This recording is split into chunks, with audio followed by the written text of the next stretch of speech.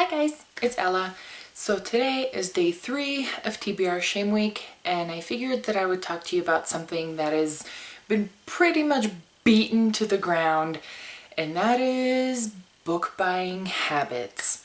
Now, with TBR Shame Week kind of goes hand in hand the fact that I own an obscene amount of books that I haven't read yet. While yes, this topic has been talked about across BookTube numerous times by a wide variety of people, I look at things a little bit differently.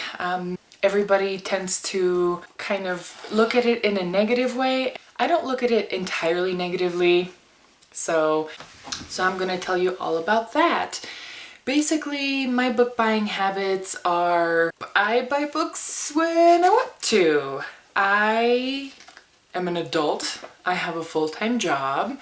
It's not like I spend all of my money on books and can't pay my bills. And so because of that, I feel like I am a-okay on that front. And it's not like I don't plan on reading all of them. I plan on reading every single one of my books. That's exactly why I bought them. I really don't see the point of spending $17 or $18 for a book when I can buy it for $3 or $4 when it's on sale and I'm planning on reading it anyway. So for me, it just makes sense even if I have a ton of books.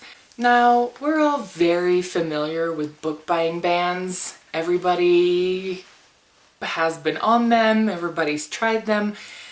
I've tried it. And it doesn't really work for me just because I don't believe in it, which sounds a little weird. And by all means, if it works for you, then that's great. More power to you.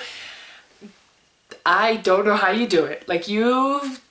Hats off to you, because it doesn't work for me and it just doesn't make any sense for me. But I also see how when you buy a book, you're excited to read it. You're thrilled and you want to get to the story that's inside. The longer it sits on your shelf, I feel like the excitement can dwindle a little bit, so you almost have to make yourself read the book, which, I mean, we all know when you don't want to read something, you just don't want to read it, and you're not going to enjoy it as much than, when you first get it and you're super excited about it. But also at the same time, there are levels of excitement right off the bat. For example, if, the last book in a series just came out and you've been dying to get your hands on it for the past year and a half, obviously you're going to be more excited about that than a new series that just started from an author that you might have sort of kind of liked. I mean, that's all normal. It's also pretty normal when you stop wanting to read a book as much because you've either heard something bad about it or you've been spoiled on it. I was so excited to read Allegiant by Veronica Roth. So excited. And then I got spoiled on it.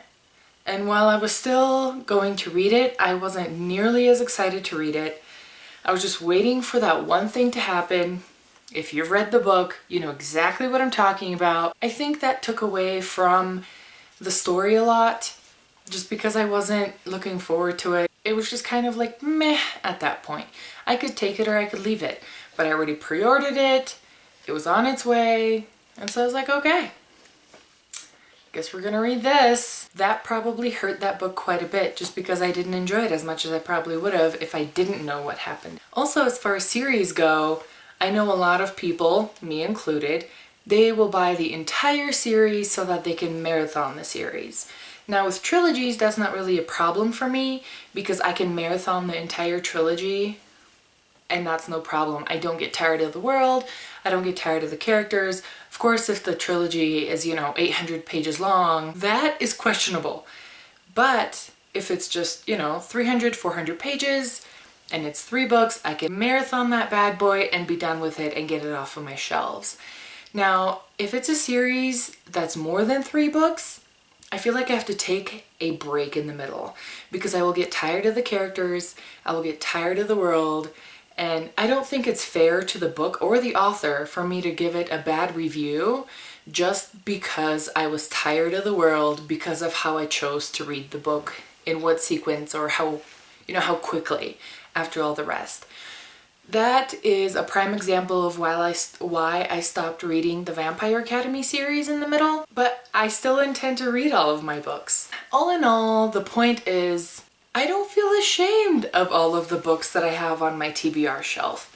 Yes, it is a high number, but I have read more books than I haven't that I own. I think I'm on track. It's not like I'm going to stop reading tomorrow. It's not like I'm going to give away all of my books tomorrow, so I don't feel like I should be ashamed or feel guilty or anything. Let me know some of your thoughts on book buying bans and book buying habits and, just feeling that shame of just having all these books that you haven't read. Let me know how many books you have on your TBRs, and I hope you have a great night, and I will see you tomorrow. Bye!